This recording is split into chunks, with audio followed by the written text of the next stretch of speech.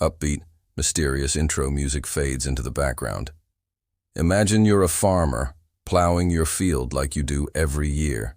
The sun is warm, the soil is rich. And then, your plow hits something big. Not a rock, but something long, curved, and made of wood. You dig a little deeper, and you uncover a rib. Not from an animal, but from a ship. A massive, ocean-going vessel buried right in the middle of your landlocked farm. This isn't a scene from a fantasy novel. It's a real story that is played out more than once across America, creating some of the most baffling archaeological puzzles our country has ever seen. How on earth did entire ships end up buried miles from any significant body of water? Today, we're digging into the mystery of the phantom ships and uncovering the incredible story of the forgotten vessel beneath the fields. One of the most famous cases takes us back to 1876, near the Salton Sea in Southern California. Prospectors and settlers reported seeing the ghostly outline of a Spanish galleon, half buried in the desert sands.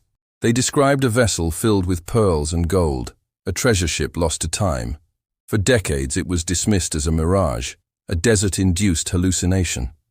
But what if it wasn't? The area we now know as the Imperial Valley was once covered by a massive body of water called Lake Cahuilla. This ancient lake, fed by the Colorado River, would fill and dry up in cycles over thousands of years.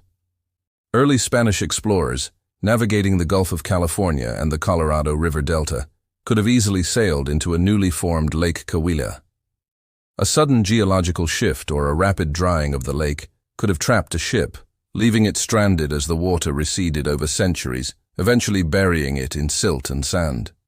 But California isn't the only place this has happened. Let's travel across the country to the banks of the Missouri River. In 1840, a steamboat named the Malta hit a snag and sank. Over the next century and a half, the mighty Missouri River changed its course, as it often does. The old riverbed filled with soil, and what was once the bottom of the river became a farmer's cornfield in Missouri. Fast forward to 1988. Two brothers, Bob and David Hawley, were obsessed with finding lost steamboats. Using old maps, river charts, and a high-tech magnetometer, they scanned that very cornfield. And then, they got a hit. A massive magnetic anomaly, 40 feet underground. They started digging. For weeks, they moved tons of earth, until finally, they struck wood. What they uncovered was astonishing. The steamboat Malta was almost perfectly preserved in the oxygen-free mud. They found barrels of whiskey, still sealed, crates of tools, textiles, and household goods, all destined for settlers on the frontier. It was a perfect time capsule of the 1840s.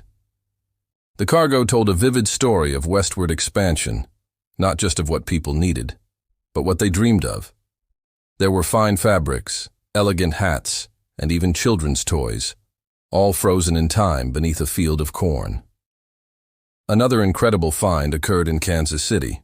In 1988, construction workers excavating for a new highway uncovered the remains of a massive steamboat, the Arabia. Sunk in 1856, it too was lost when the Missouri River shifted its course. The Arabia was a floating general store carrying 200 tons of cargo. The excavation was a monumental effort. The team had to pump out 20,000 gallons of water per minute just to keep the site from flooding. But what they found was worth it. They unearthed crates of French perfume, still fragrant, jars of pickles, still green and edible. They found pie fillings, boots, guns, and medicines.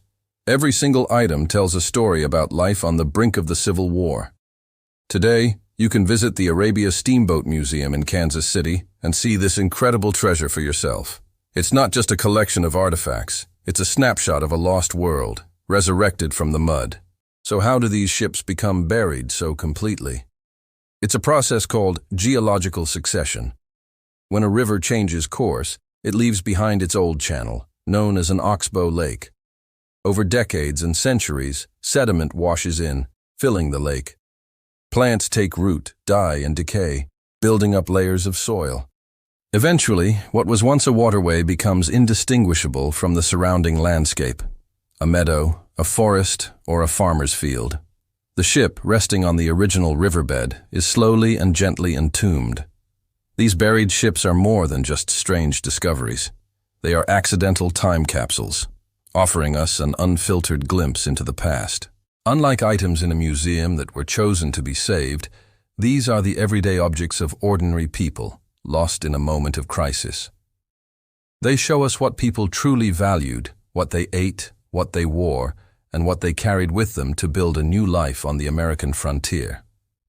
From a mythical Spanish galleon in the California desert to fully stocked steamboats under Midwestern cornfields, these forgotten vessels are a powerful reminder that the landscape beneath our feet is not as static as it seems. It is constantly changing, hiding stories that are just waiting to be uncovered. They challenge our perception of geography and time, proving that sometimes the greatest treasures aren't in a pirate's chest, but buried in the most unexpected of places. So the next time you look out over a vast empty field, just remember, you never know what incredible stories or what forgotten worlds might be sleeping just beneath the surface. Thanks so much for joining us on this journey into America's strangest archaeological discoveries. If you enjoyed digging into this mystery with us, be sure to hit that like button and subscribe for more adventures into the unknown. We'll see you in the next video.